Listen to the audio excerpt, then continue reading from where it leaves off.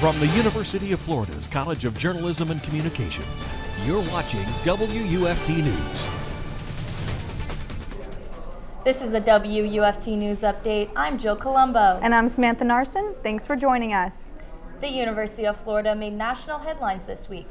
The New York Times and other media outlets reported UF denied the request of 3 faculty members to take side work as legal experts. The state university professors would have been hired to testify against Florida's new election law. WUFT's Ophelie Jacobson outlines the conflict for us.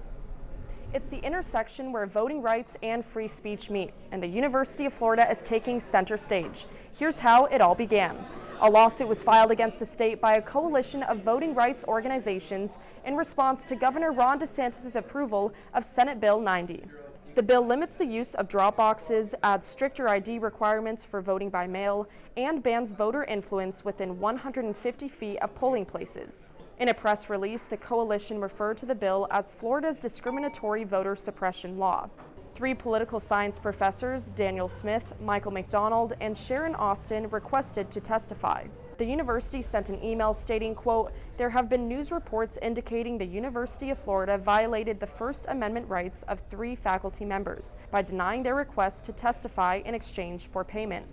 According to a UF policy, employees wishing to engage in paid or unpaid work that may present a conflict of interest must receive approval. In that same email UF sent to the university community, it made clear that, quote, "If the professors wish to testify pro bono on their own time without using university resources, they are free to do so." The professors have been vocal online, but it's still unclear whether they will testify. The university also revealed it is immediately appointing a task force that will review the school's conflict of interest policy. Ophelie Jacobson, WUFT News. One of the voting rights organizations in the lawsuit wants to find out if or how the governor's office might have intervened in UF's decision. From home stores to grocery stores to gas stations, higher prices have become an everyday encounter. WUFT's Harold Ashley gives you a few tips on how to save to make your gas go the extra mile. The Ellisburg family has a huge RV.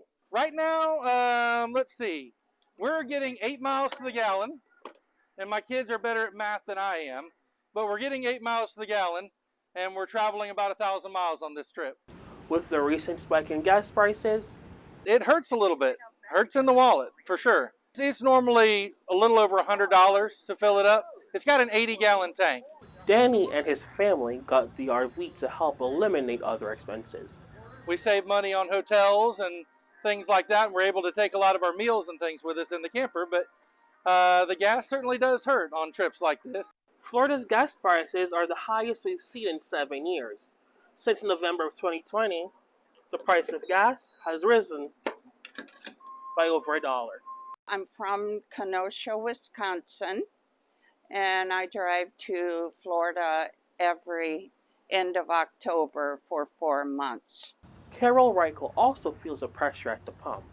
When I drove here last October, I was paying $1.98 for a gallon of gas, and now I'm paying up over $3 for a gallon. AAA suggests several tips to get better gas mileage. A few: driving at a consecutive speed, avoid leaving your vehicle running, consider cruise control, and steer clear of rush hour traffic. Danny and his family Don't let me go past 15 gallons, okay? plan to make another trip from Atlanta to the Sunshine State. We're coming back down to the Florida Keys in the spring. By that time, they hope the prices will go down so they can continue to drive their RV around. Harold Ashley, WUFT News.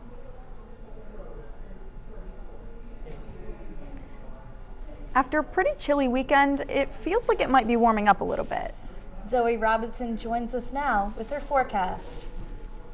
Yeah, you're exactly right. We are experiencing a gradual warming trend as we head throughout the past couple of days, and mainly today and tomorrow. Temperatures sitting in the upper 70s as we head throughout the rest of the afternoon, but gorgeous skies, lots of sunshine out, and we actually have a brief dry pocket overhead, and that's why it's been so sunny outside and not very humid. Temperatures right now sitting in the upper 70s and low 80s in some areas. This is about 10 degrees warmer almost in some spots of north central Florida, and even down down in Marion County, pushing closer to 12 to 13 degrees warmer. After sunset, though, temperatures will slowly cool and bottom out into the low to mid 50s overnight with partly cloudy skies. And as for the day tomorrow, it's going to be another gorgeous day. Waking up could still be a little bit chilly, but still comfortable, and then warming up slowly with lots of sunshine and passing clouds in between. Could crack into the low 80s during the afternoon as well. As for the rest of the week, warm and dry day tomorrow, and at the same time we'll have a slow moving cold front that really won't work its way through until Friday, and that's when we'll see storm chances spike the greatest as we head through Friday and into the early part of Saturday. Take a look at my updated 6-day outlook today and even through Thursday. Gorgeous conditions. But then Friday, as that cold front really starts to push through, that's when we'll see the greatest chance of rain and could even linger into Saturday with a few sprinkles. Now to Jensen Young with sports. Thanks for that weather update, Zoe. The Gator football team is coming off of a crushing loss to the Georgia Bulldogs over the weekend. The team is hunkering down for practice as they get ready for this weekend's game at South Carolina. Head coach Dan Mullen is not allowing assistant coaches or players to speak to the media this week. His own session was shorter than normal.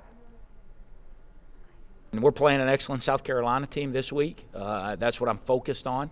I do know we have a big rivalry game at the end of the season coming up. We have some tough SEC teams still to play. And, in this league, if you don't bring your A game every week, you can't expect to win. So we got to bring our A game and get ready to play these games.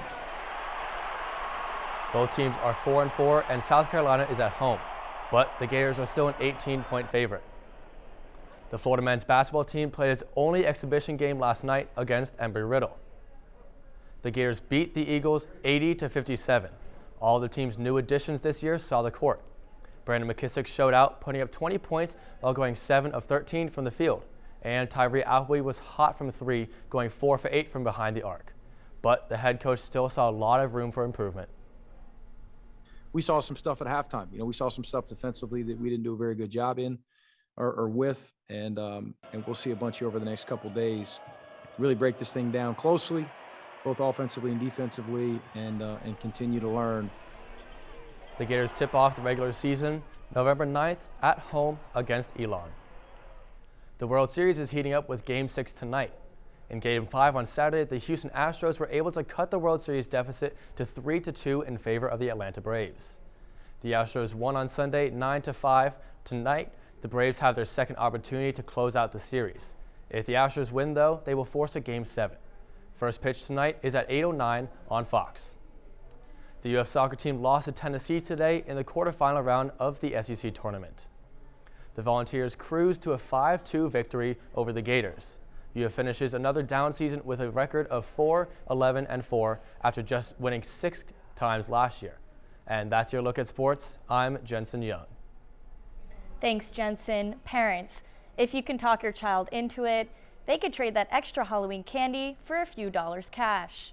Kids Only Dental Place is donating Halloween candy to the Alachua County Military Support Group. Children can make $1 per pound of candy exchanged and can exchange up to 5 pounds. The buyback program also helps keep candy away from children's teeth. Dr. Mixon, the owner of the practice, he was actually in the Navy, so this hits close to heart with him because we send this candy over to the troops. What the point is we buy back the candy from the kids so that they don't have it year-round.